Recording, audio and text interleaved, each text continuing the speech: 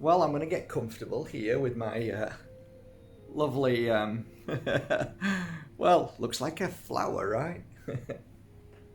It's a Bali carving.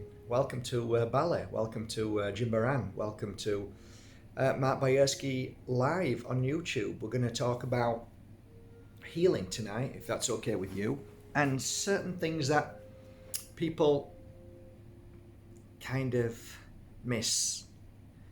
And it's interesting. I noticed over the years so many people felt they failed when it came to self-healing, and all the while they'd never failed at all. It's just the brain is so powerful that it normally lets us down in so many ways.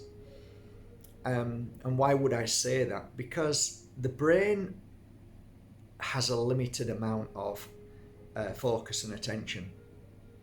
The brain doesn't stop, it's a continuation. There's no comma, full stop, it's just a continuation. So it doesn't like to stop. Okay, it just does not like to stop. Because imagine if you were a brain, what's your purpose? It's to think. So you can't blame your brain, you just have to understand it. And once you understand it, you can talk to it. And the first step towards conquering anything in life is the recognition of what we need to conquer. Most people go through life and never see anything, and then they die. Well, they don't die, nobody dies, but they scratch their head and say, Jesus, did I miss all of that? And then they come back again. So what do I mean about self-healing? And why would I even say that most people get it wrong? Well, I've seen so many people give up and believe that it doesn't work, and that is because the brain doesn't allow that person to continue. A bit like climbing a mountain as well, you know. I can't do it, mate. I'm off back down. Okay, no problem. It would have been nice if you'd have just tried a little bit harder. So I'm going to give you some, I suppose I could give you some stories, but the other night I was doing some self-healing on myself. When you get to Bali, sometimes the bacteria in the water or in the food, or in anything, is going to be a little bit different because of the island that you've just come to. So your body has to get used to these bacterias, and what happens is your body starts to go through a process of understanding it and then starting to fight it and kill it. And in that process, I had this, say, stomachache, and it wasn't getting any easier. So I decided to do some self-healing. So I sat down on actually here and put the music on, exactly the same music. And I took one hand and placed it on the stomach, and the other hand I held out, just placed it down comfortable, and started doing some self-healing work. And for the first 4 or 5 minutes, nothing happened. Then 10 minutes, my stomach started to change a little bit, but still hurting, and maybe a little bit more pain. At that point, after 15 minutes, I could have stopped and thought, Jesus, this isn't working. And 99% of people would have run for a tablet. But I focused, and I continued to focus, and I continued to ask for the healing. And within 25 minutes, the stomachache had completely gone, disappeared. Got back into bed over there and had an amazing night's sleep. So what was the process of that? For me, I try and see it in a way where it's easy to capture. So let's say that when you begin the healing process, you've got to get through about 15 walls, barriers, before you can actually penetrate and heal that what needs healing. This is how I see it. So it's like you need a drill to drill through the first 10 or 15 minutes. Once you're through, then that healing energy can start working on the direct place. Now, this is something that I've always noticed with healers. Impatient, wondering whether it's working or not seeing any movement, reaction, noise, or any feeling, constant silence, and I don't feel anything. It is within them moments of not feeling anything that the greatest of work is being done, and that is to bore through the protection that we surround ourselves with daily. I'll give you another for instance. There was a lovely lady who came to me who was, you would probably say she's got no emotion at all. She's hard of nails. She's never cried. 20 years, 30 years, never cried. Hard as nails. She's a CEO of a company. She had about 50 or 60 staff underneath her, and she had no qualms about firing people and getting rid of them. So she was known as quite a heartless soul. She came for a session with me, I guess in my 6th year of being a healer. And the first session was 1 hour, and she was huffing and puffing as if to say, what's the point of being here? She got up and left with no words said. The following week she came back, same thing again, huffing and puffing. She left, and the 3rd week she came back. I started again. And the first 2 weeks I was fully focused on her heart, so my hand was on her heart. The 3rd week I started working on her heart, and within 15 minutes the lady broke down, and she couldn't stop crying for well over an hour.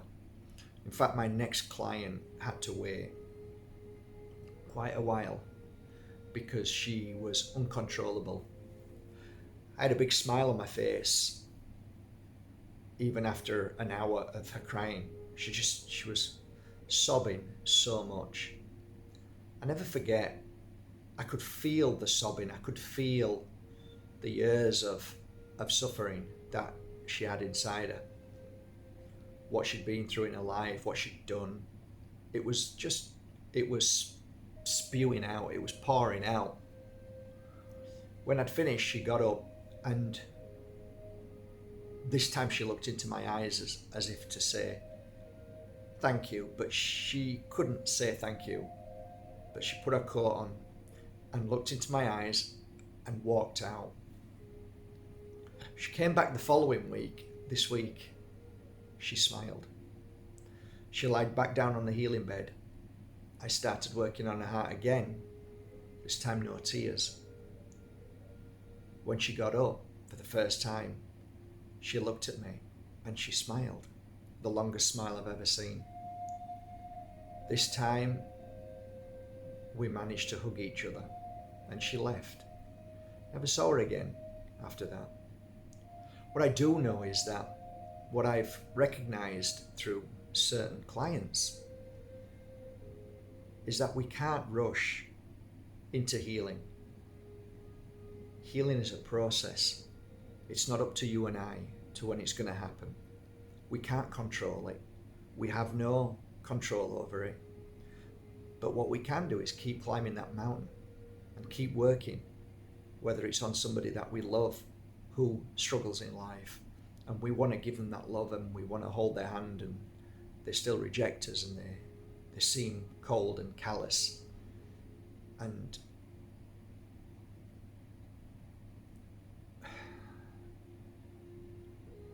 a lost soul, irreproachable, impossible to help.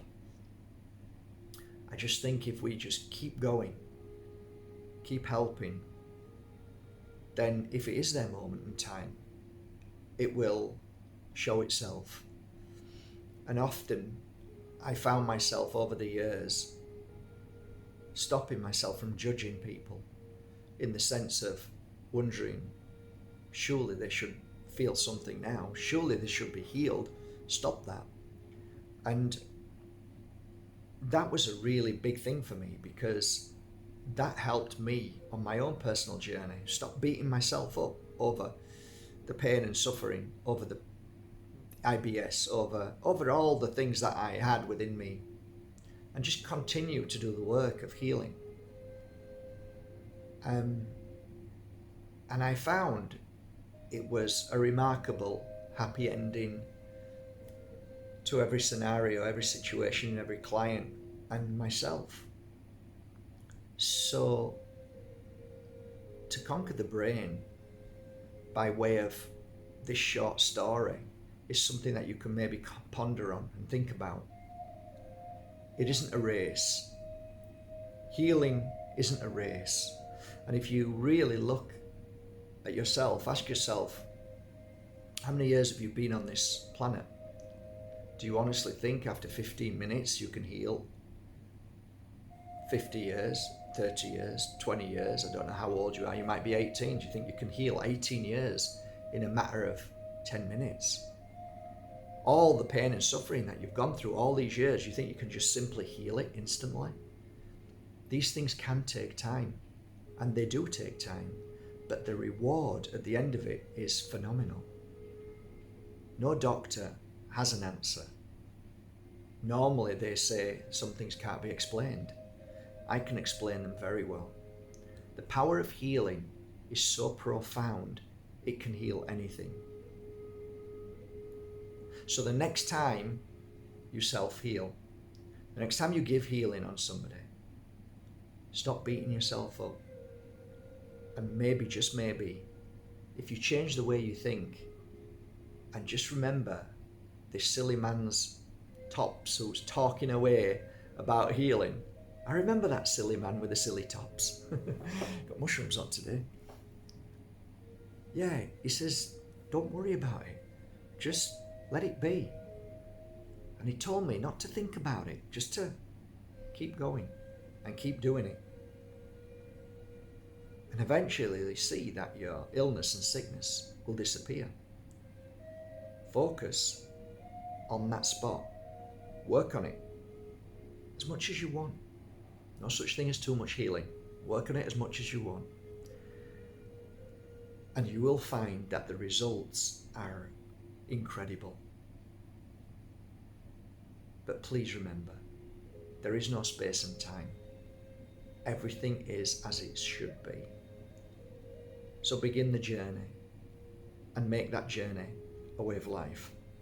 Self-heal as often as you like, and definitely do it as much as you can, as I do. And it's a kind of massage for the internal. It's a cleansing, it's a healing, and it's a process which is so natural that I can understand why darkness has suppressed the true form of healing. And that's why schools won't allow children to heal each other or even heal themselves. Have a great evening, guys, from a beautiful Ubud. I'm actually in Canggu. I've just booked for Ubud. So what am I talking about? I'm going there in a few days. I'll see you in Ubud in a few days. If you're anywhere around, come and have a coffee. I'll meet you somewhere for a coffee. So yeah, that's it. I think that's it, yeah. It's been a great day. It's been a great day. I've worked on the flower Bible. I've done another, I think 7 today, 7 flowers. And I've really enjoyed it. Listened to the Richie Allen radio show this morning, Sunday morning melodies. That was wonderful. Wherever I go, I always listen to the Richie Allen radio show. I'm a big supporter. I think it's great. Brilliant guests. Do me a favour, everybody. Get focused and send your pure, loving, healing intentions towards Richie. Let's get him strong and healthy and fit once again. I need your help. We need your help. Let's get him strong. Sometimes, you know, when you're running a radio show all on your own, it's a challenge. It's a challenge. So let's send good vibes to Richie. And I'd also like to say to everybody out there who's suffering at the moment and feeling sick or depressed, just think about where that feeling of sickness is and where it could be within the body. And just simply place your hand there and hold your other hand out. Lie down, be comfortable, and just let the work be done. You don't have to do anything more than that. It's a natural thing. If you hold one hand out and the other hand wherever it needs to be, just hold it there. If you've got depression, if you've got sadness, hold it here. If you've got shock energy, hold it on your stomach. And just be. Just be. All right, that's it then. I'm going to go to bed now. It's about 11:30 here in Bali, Jimbaran, and I should be fast asleep by now. But for some reason, I just felt I needed to share this video with you tonight. I hope you enjoyed it. And thank you once again for signing up. We had, I think, 5 people yesterday signed up to become pure energy healers. So thank you so much. I'll link it below, and maybe, just maybe, it's your time to learn all that has to be learned, all that should be learned, all the amazing tools and everything that you need to know about healing is in this 4-day video online course, and it's fantastic. And at the end, you get a certificate to say that you are now a practitioner. And trust me, it's a very beautiful and powerful course. And don't forget, you've always been a healer. All right, get to bed, Mr. Bajerski. Got a long day tomorrow. Take care. Bye for now.